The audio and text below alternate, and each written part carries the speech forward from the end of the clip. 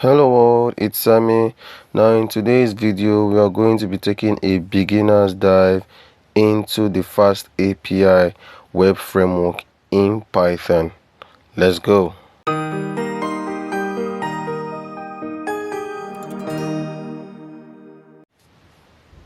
Alright people, welcome back. Okay, so let's quickly get right into the video. Alright, so first thing we want to definitely do is to proceed to the installation of the packages, right? But then before we do that, it is best practice that we actually create, anytime we are starting a project, we actually create a virtual environment that's actually going to hold those packages in which we are going to be installing relating to that our particular project, than installing different packages on our global Python interpreter, right? So I'm going to be doing this on VS Code. So to do this on VS Code, it is Python then venv, using the venv and then the name of your virtual environment. So for me, I'll go with them. But if you're on the Linux terminal, you just need to change this to Python 3. Alright, so I'm just going to click on enter, and this now is going to create this particular virtual environment here. Okay, now so it's on this particular virtual environment that I will now have to now activate and then install whatever packages we are going to be installing. So now that this particular environment has been created, we'll now need to activate it. So go venv scripts and then activate. All right, so this is it. So again, in here you could see now that I have this venv activated. So now that I have this venv activated, now I would want to now install the necessary packages, and of it there are just two for this intro, which is the FastAPI package and then the UVCon, of which I'm going to be explaining. Now the FastAPI is the package that we are going to be using in building this APIs, while the UVCon is the web server that we are going to use to run our FastAPI application. Now there are actually two, Hypercon or UVCon. Now you could liken this to your GUnit, in which you're using running your Flask application in production mode. So you can see right off the bat you are already having a production ready server to actually run your FastAPI application. So now that my virtual environment is activated, now I'll now want to install this FastAPI package and the UVCon package on my virtual environment. So I'll go with pip install FastAPI and then UVCon. Okay, all right, so now this particular guys are being installed on my virtual environment. So please be very sensitive whenever you are doing this. Make sure that you have this venv installed before you run this particular command. Make sure you have your venv activated. All right, it's very important. So I'm going to clear my terminal to make it look clean, and now I'm going to proceed to create a new file. Let's call this main.py. Now I have again on my main.py file, you could notice here now that I have the virtual interpreter on, right? So anytime I'm going to be running this file or running any file in this my particular my particular directory called this intro to FastAPI, I'm going to be using this interpreter to run it. Please make sure of that. If you don't have this kindly go to your selection Python interpreter and then select the virtual Python interpreter that you have for VS Code, right? Okay, so now that we have installed the FastAPI and then we've installed the UVCon, now let's get started with building our first API endpoint. Now, for us to do that, we'll have to import FastAPI. We'll have to import FastAPI from the FastAPI package actually. So we say from FastAPI import FastAPI. Now this FastAPI is the module, the packaging which we installed. However, this FastAPI here that you have is the class, very important, is the class that enables us build this particular API. All right, so now because it is a class, we would definitely want to create an instance of that class. All right, so to create an instance of the FastAPI class, we create a variable which is going to serve as our object here, and then we just do something like this.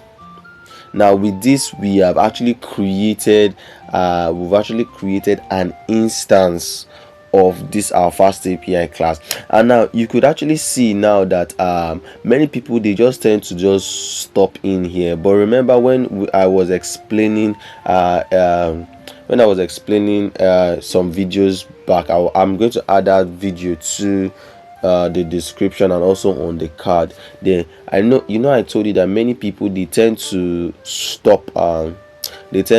stop on this point here, but in practice they're actually passing arguments to this particular guy. And so if you look at this now, these are the arguments in which you can actually pass into this your FastAPI instance to further customize it, you get.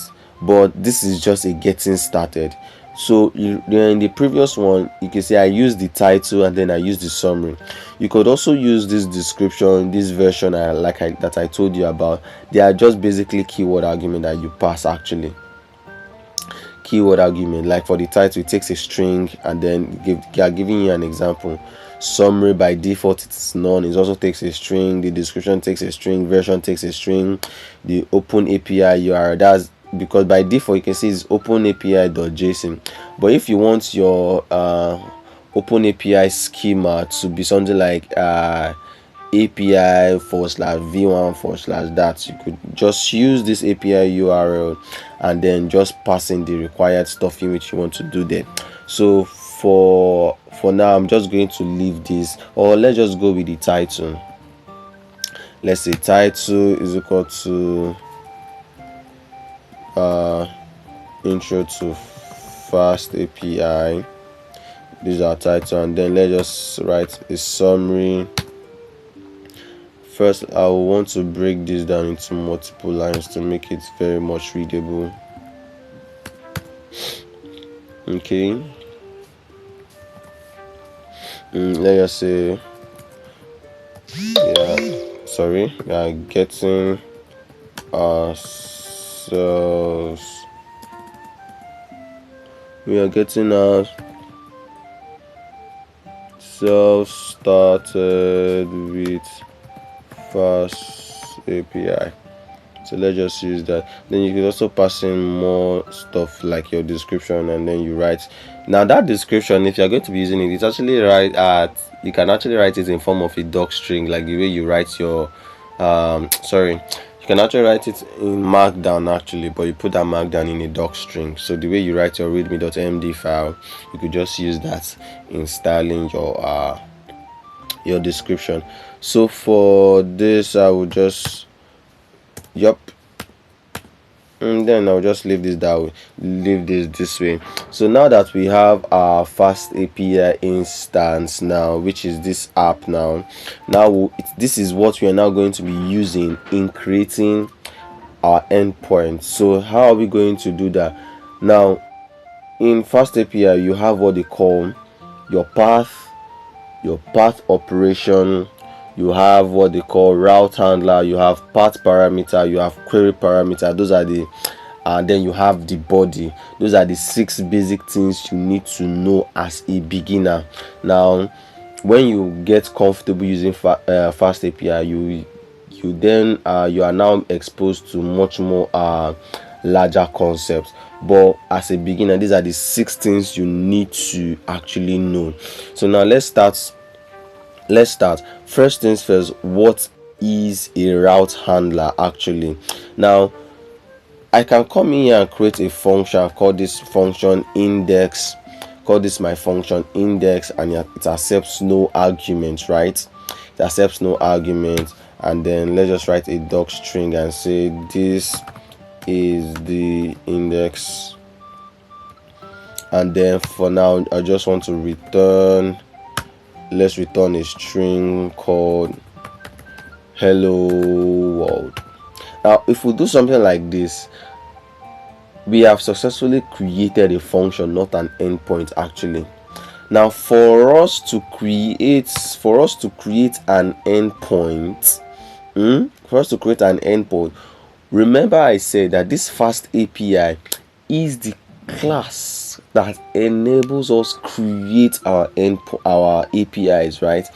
All right, so for us to now create our API, we'll need to decorate our function with the FastAPI class together with the operation alongside the path.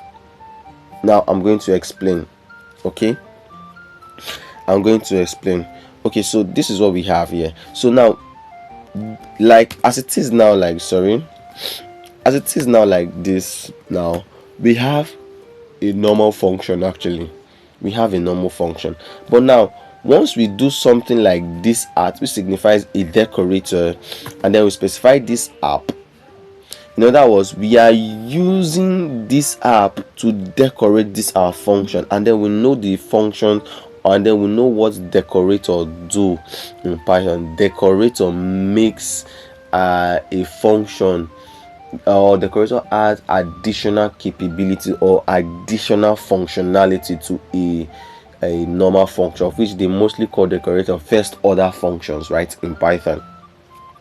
Okay, so now this is what we have here. You have the app, which is our decorator. Now we will now need to specify the operation, the HTTP operation in which we want to accept, or in which is the mode for communication. So now how do we specify that? We use the attributes. Now for us to use an attribute, we definitely know that we are going to use a dot, right? And then we are saying it's a get, meaning that on this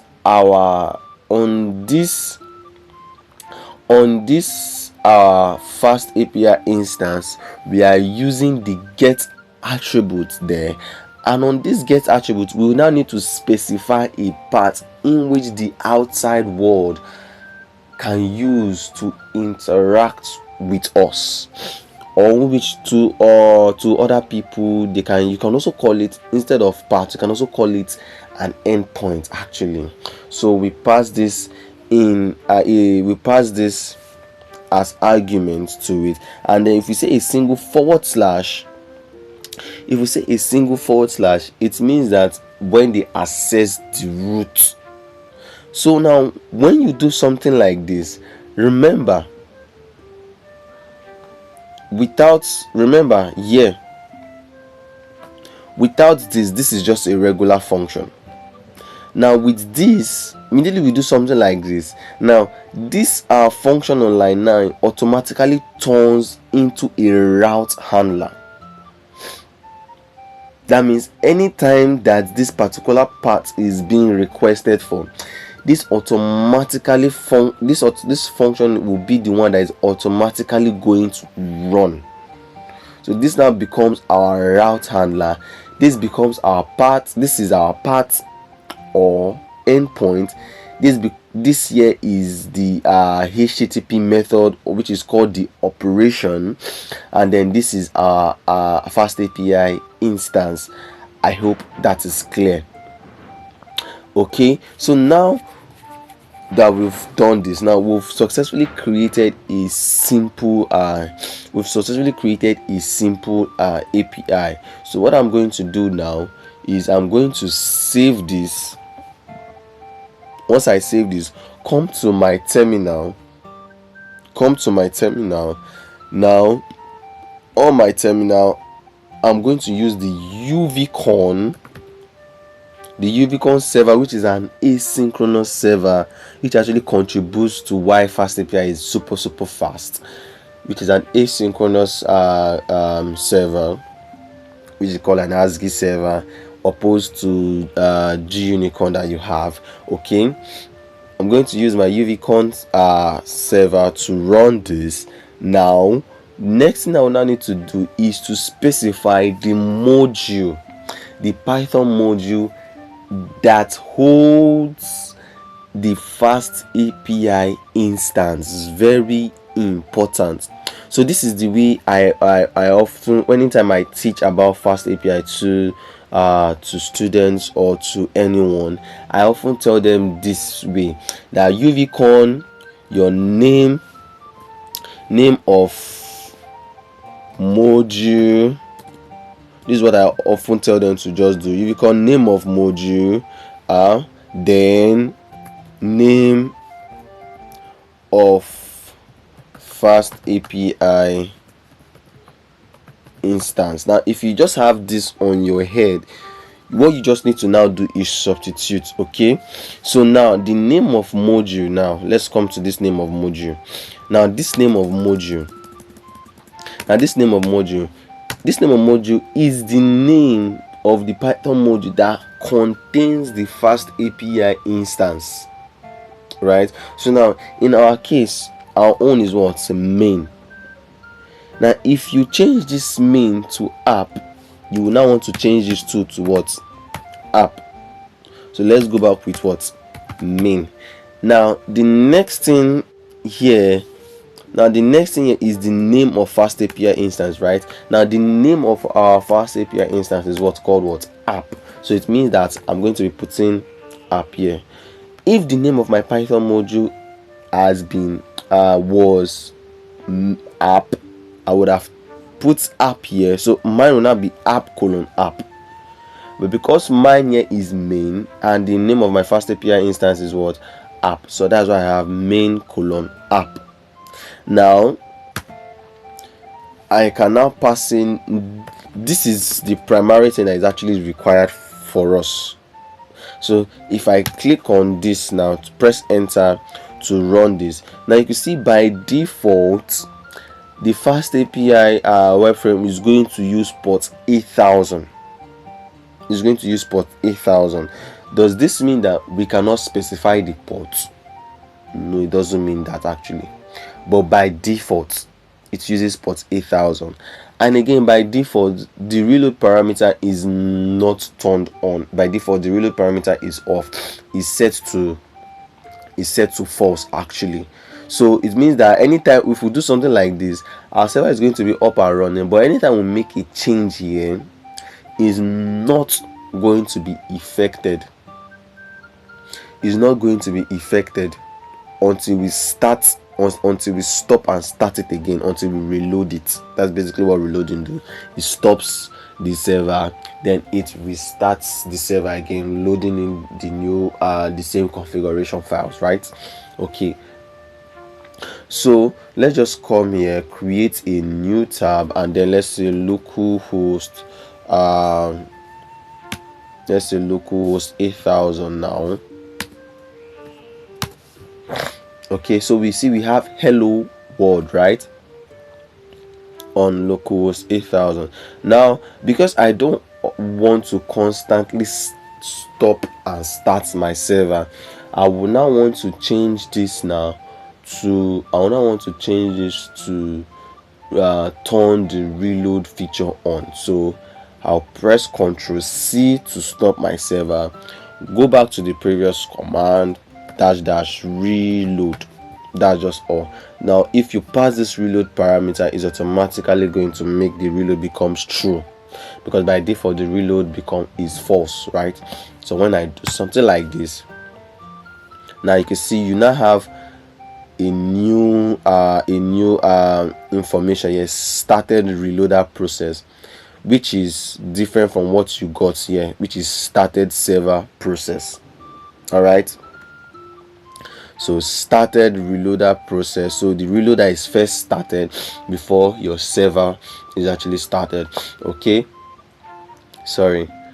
All right, so now that I have the reload feature turned on, so anytime I make a change here on my main.py file, then I'm actually going to be getting the updates here without me needing to stop and start the server. Okay, so now that we've understood now, so this is basically a quick creation of an endpoint. Actually, we just created an endpoint quickly. You see why FastAPI is really fast in creating APIs, right?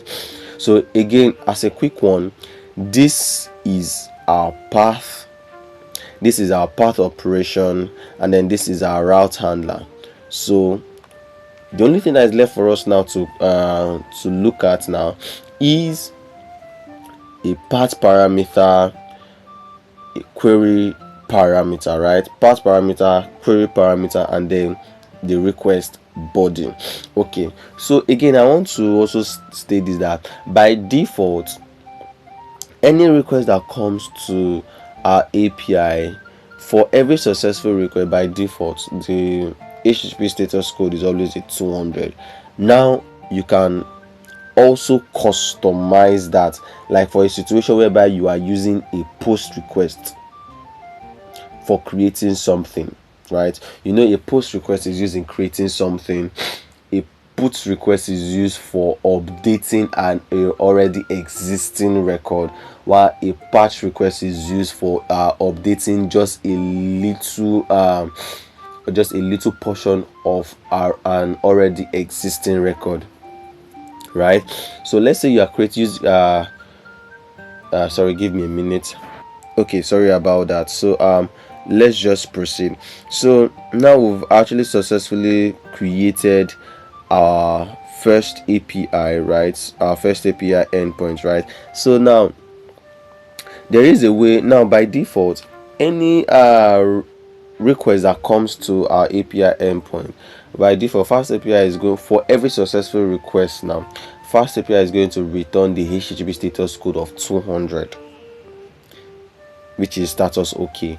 Now for all cases this might work, but for some peculiar cases this might not work. For example, whenever you are using a post request, you can also send a 200 okay, but again, like I said, there are situations whereby this HTTP response code is not the best fit for that particular use case. So when you're using a post request now to create something, now sending in a 200 HTTP status code is not ideal actually. So in this kind of case, you want to respond with a 201, right? So now if you want to do something like that, now in this your path operation here, you just need to use comma status code, and then you specify the status code in which you want to return. So if I say a 201 now, means that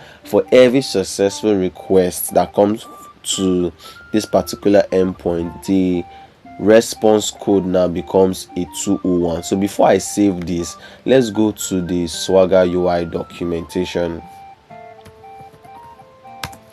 Let's go to the Swagger UI documentation, and then let's look at this. So you can see now I am having a 200 successful response code, right? I click on try it out and I click on execute. You can see I have hello world, right? All right, cool. So if I come here now and then I save this then I want to reload this. Now you can see for a successful response code, now I'm having a 201.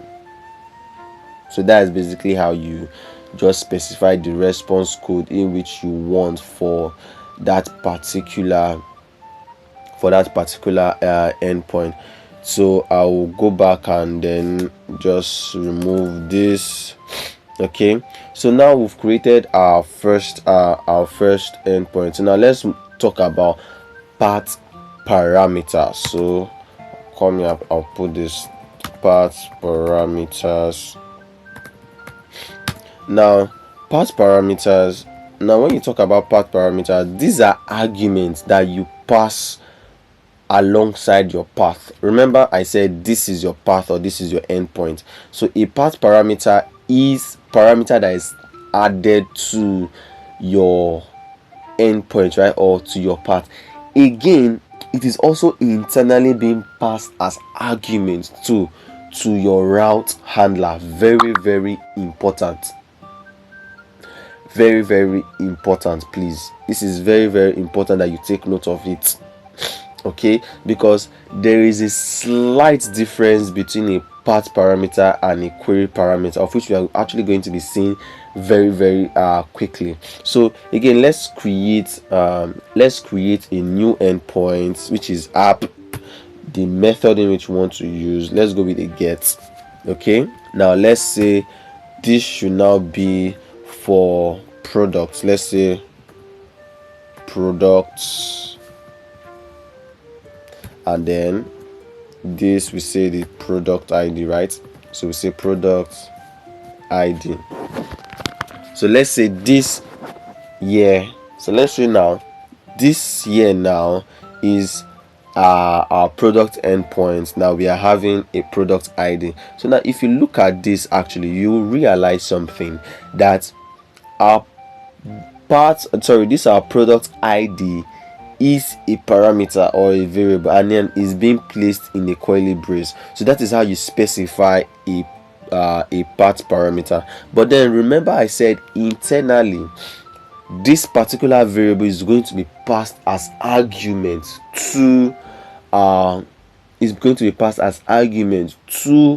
our route handler.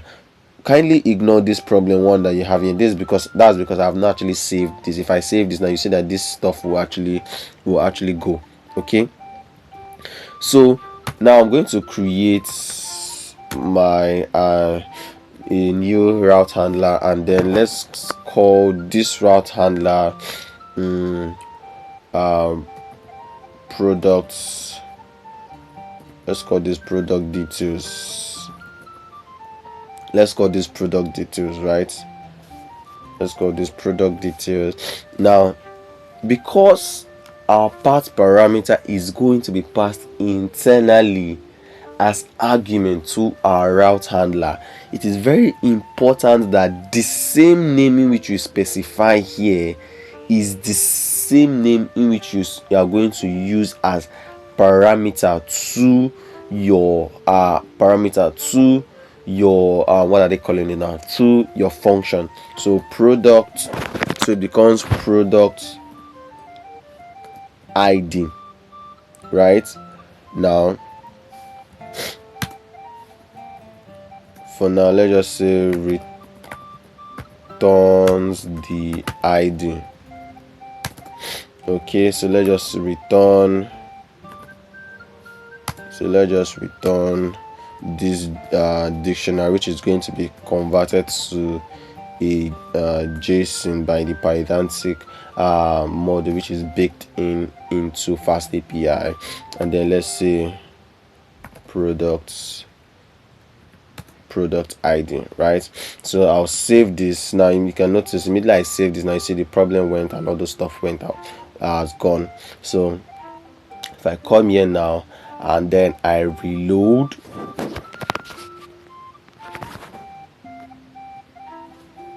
so if I scroll down, you can see I now have this here, product details, right?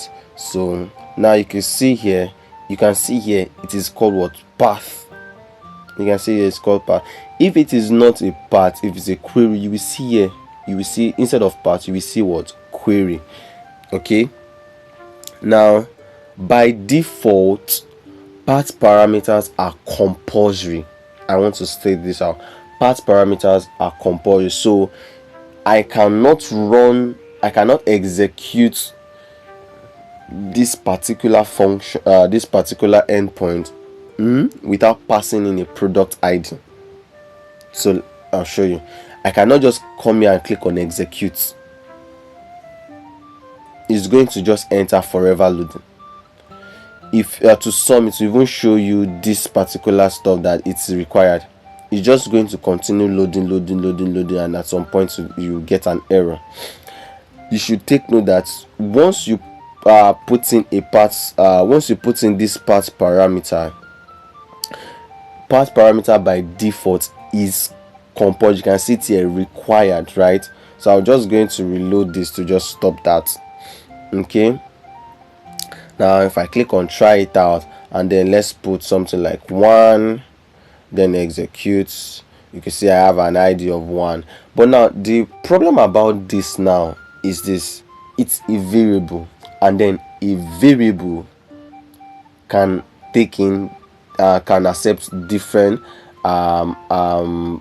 objects, right? So this now is an integer. I can also come here and say Sammy, and then I'm going to be returning that too. I can come here and say 3.6, which is a float. You see, and I'm just returning this. So now, is there a way for me to 100% specify now that, okay, this product ID, I only want to accept an integer, or I only want to accept a string, or I only want to accept a float? Yes, it's possible. Now, how is it possible? Now, in here, remember, now here, which is the argument to your product details, you can now come here and specify the type. Now for me, I have specified an integer, so anybody that's going to be accessing this my particular endpoint must, if you are going to be passing values for this product ID, it must be an integer.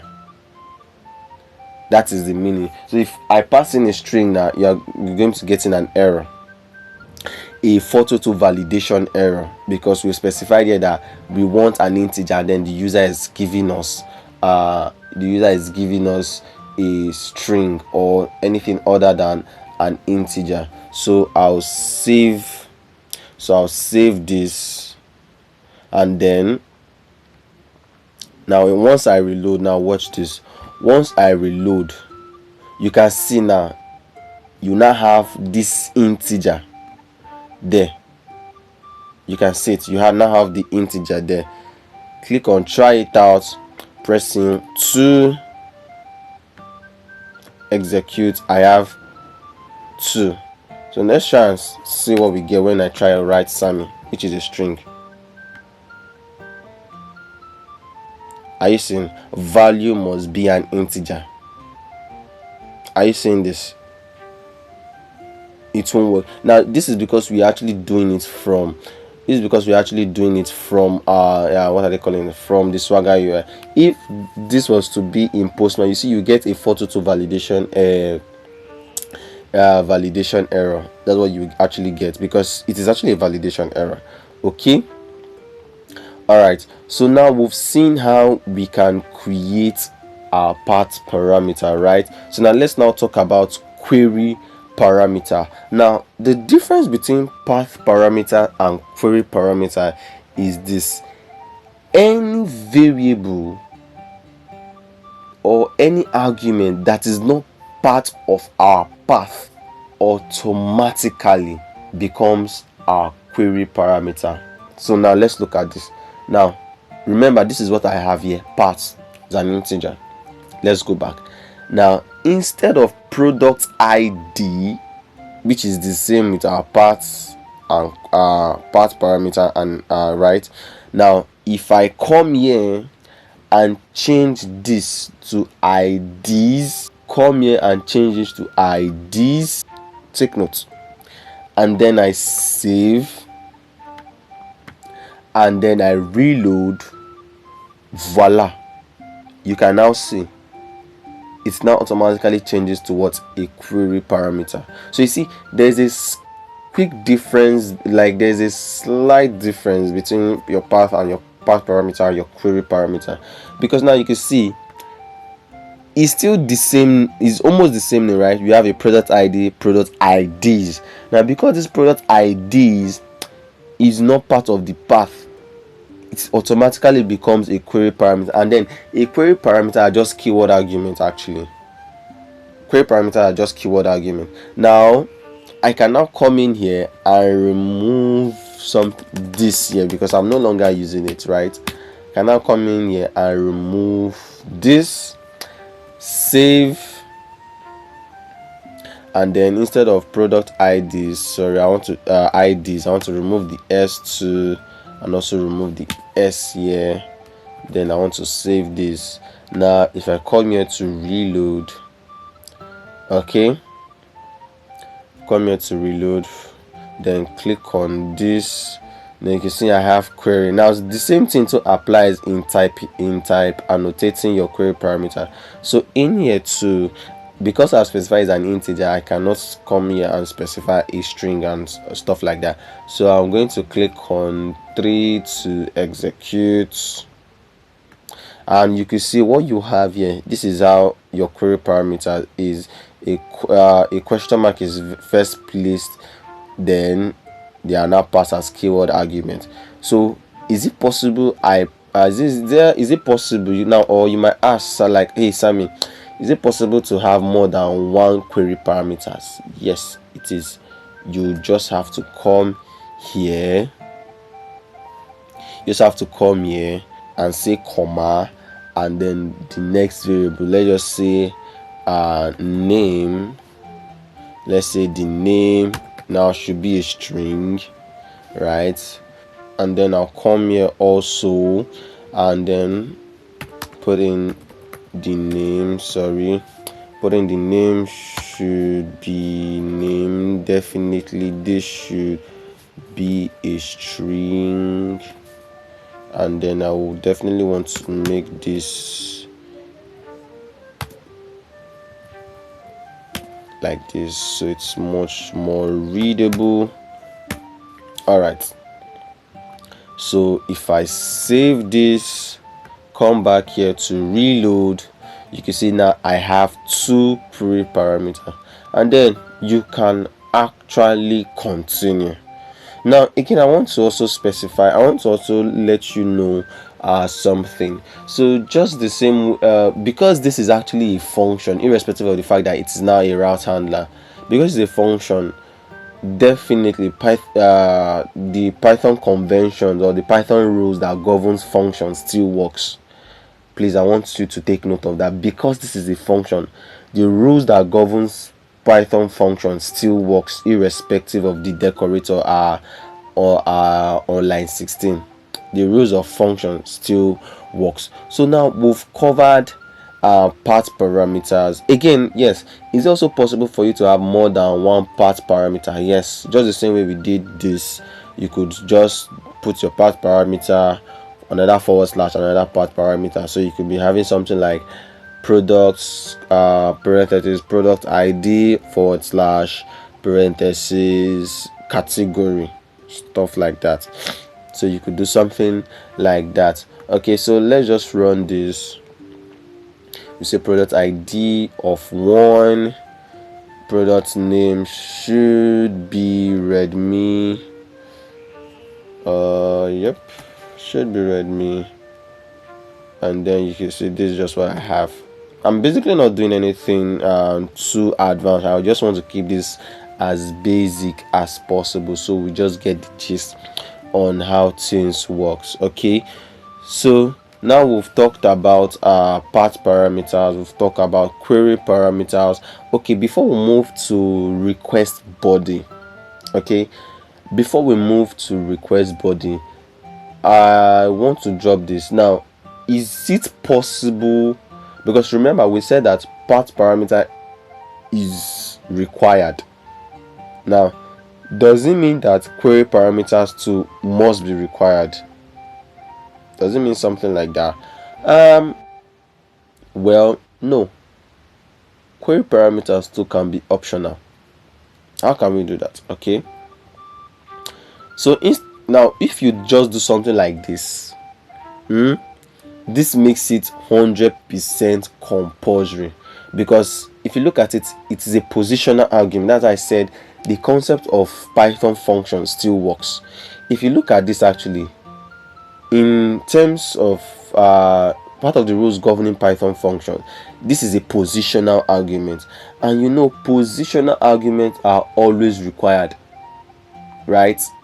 So for us to make these our query parameters be optional, you could actually import optional from typing, and then come here from the typing module, and then come here to type annotate this product ID to be optional, right? So you do something like optional, then square brackets int. You could do something like that actually, or you could actually do something like this instead and say default none.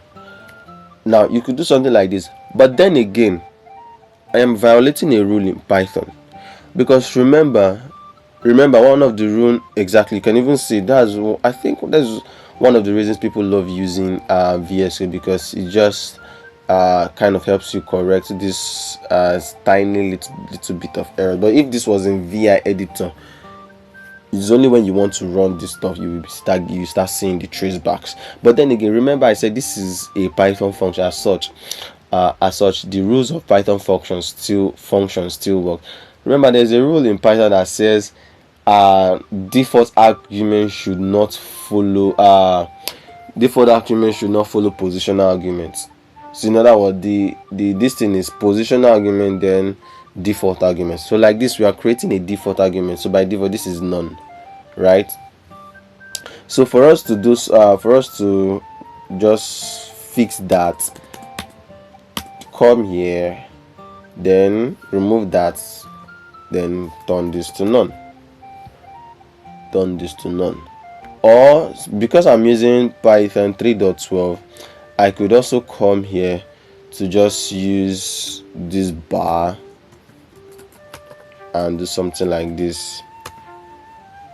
You could do something like this, which means it can either be a string on or of the none type. By default I'm already setting it to none.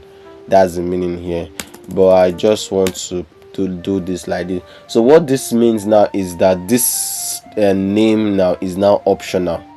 So let's come into our function and say if not name, which basically is saying that if name is non empty or whatever, I want to say name equal Sammy. So in other words, if this user doesn't pass in name, then I want to I'm manually setting the name to be Sammy, and then I'm returning it. Okay, so if I save this, come here to reload, now you can see you're no longer seeing that required on this name. So come here, put 1 for this, and then I click on execute. I'm getting Sammy because I didn't pass that. Now okay, if I come here and say Sammy Kings to select to be different, you can see now I have Sammy Kings. Alright, so now we've talked about making query parameters optional. Now let's talk about request body. Now you will need this request body when you are sending data, actually, because you are only going to be requiring a body when you are sending data, form data or whatever, right? Now for you to use the request body, it is, although you can use request body in a get, of which if you read the FastAPI documentation, and again, to the best of my knowledge, for using FastAPI for building my own personal project, it actually ignores it if you use the request body in a get. If you also check the FastAPI documentation in request body, you will see that they recommend you using the request body for a put operation, a post operation, all those ones that really requires you sending data, because by come on, you definitely don't want to be sending a request body for a get. So you are going to be needing this either for a post, or a put, for delete. I think I should just open the documentation. I think I'm connected to the internet, so let's just say FastAPI docs, FastAPI documentation tutorial, user guide. Let's see, yeah, let's go to request body. Okay, exactly. So to send data, this is what I'm saying. To send data, you should use one of post, which is the most common: put, delete, or patch. Sending a body with a get request has an undefined behavior in the specification. Nevertheless, it is supported by FastAPI only for very complex or extreme use cases. As it is discouraged, the interactive docs with Swagger UI won't show the documentation for the body when using get, and proxies in the middle might not support it. Is that cool? So this is by, like, I already know that, okay, definitely, because I'm going to be using a get request, and I definitely don't need a request body. Now for this part in which they said something except for the extreme use cases, well, to the best of my knowledge, I have not gotten to that point in which I will be needing a request body for a get request. So I have not experienced this extreme use case in which they are talking about here.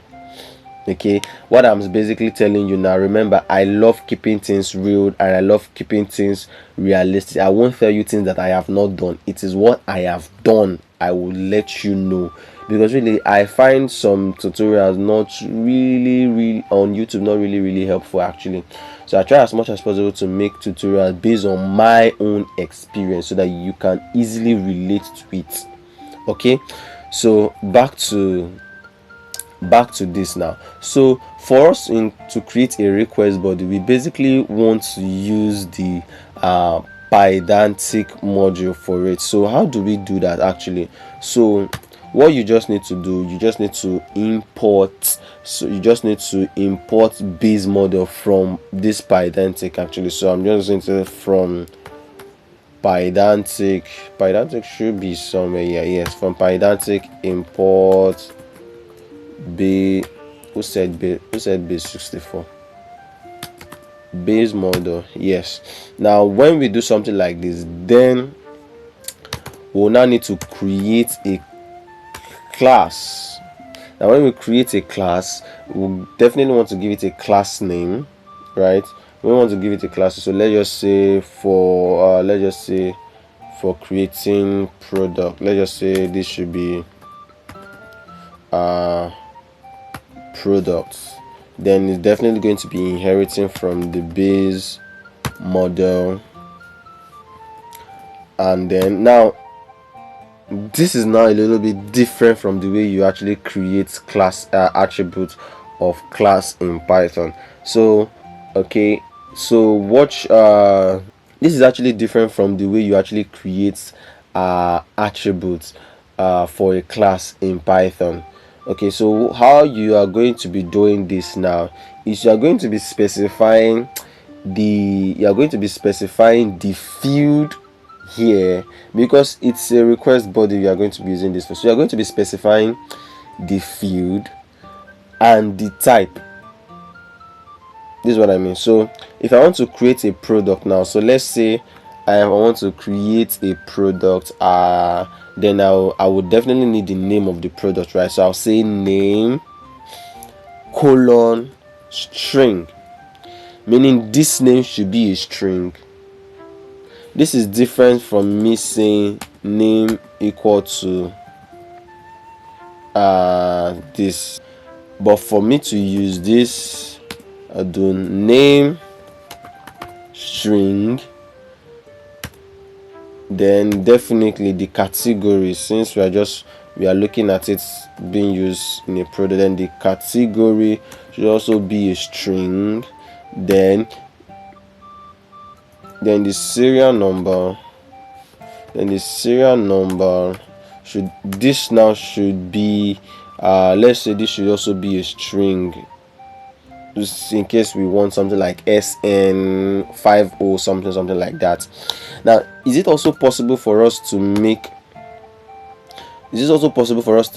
some part of this actually default? It's possible actually. Again, you could now do something like this. And then you say and then you could now do something like this none. So in other words, if they don't specify this serial number, you want to also accept it. That means it can be either a string or none. Now, if you are using a Python version that is below Python 10, that is below Python 3.10, right? To the best of my knowledge, and I've not tried this for 3.8 actually. So if you're using a Python version that is below Python 3.10, for you to do something like this now, you would definitely want to import the union from typing extensions, right? You definitely want to import union, and then you now do something like this union. You want to import, so this is what I mean from typing. Is it on typing? Let's try typing. Import, yeah, it's on typing. So import union, and then you now put this in a square bracket, union, and then this is it when you're using a Python version below 3.10 actually. But if you're using Python 3.10 and above, then you don't need this actually. You don't need this. You could just come here and then replace this with the bar. Then replace this with the bar.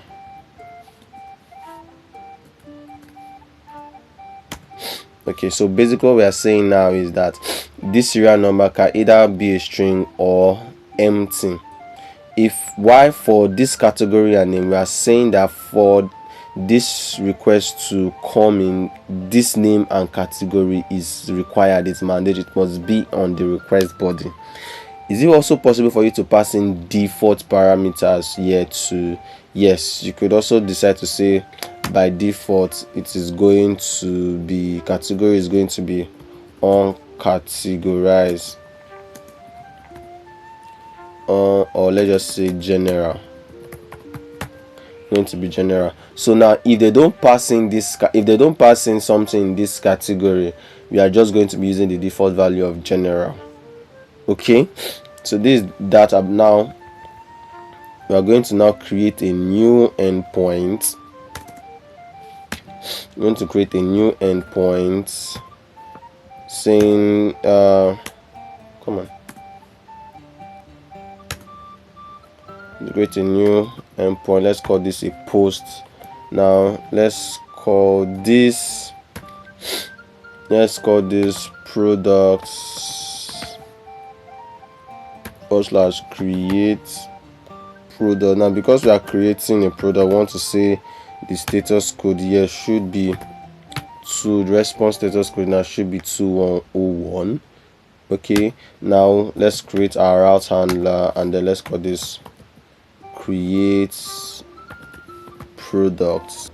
All right, so create product. Now now because we are accepting a request body, now you just have to create a variable. So I'm going to call my own payload. Anytime I'm actually creating and I'm actually accepting something as part of the request body, I often use that as payload actually. And then the name of the Python class for us, this is products. Now this is different from your query parameters actually, because it is not inheriting from the base model. It's no longer a query parameter. Instead, it is now a body. It's now a request body, right? Which is the data that you are expecting from which means the data you are expecting from the users, right? Okay, so this is it. Then you can also still decide to, if you now want to pass in query parameters, you could now go and continue like so, right? So that's, and then I could also now decide to do something like this, to just say I am returning a dictionary. I'm going to, because I want to return a dictionary. Let me try and do this for this too here. Since I'm returning a dictionary, you can also, instead of you doing this, you could also decide to specify a response model actually. So let's say dict, and here let's say we are returning a string. Now you see the changes, what this will make on our, you see what is the changes it will make now on the Swagger UI. Okay, again, if you are new to the channel, kindly hit the subscribe button, turn on the post notification bell. If you are a returning subscriber, welcome back.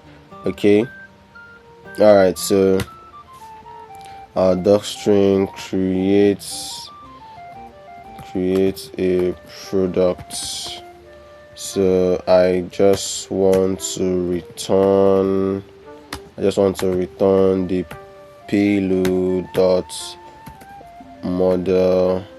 I want to use model dump.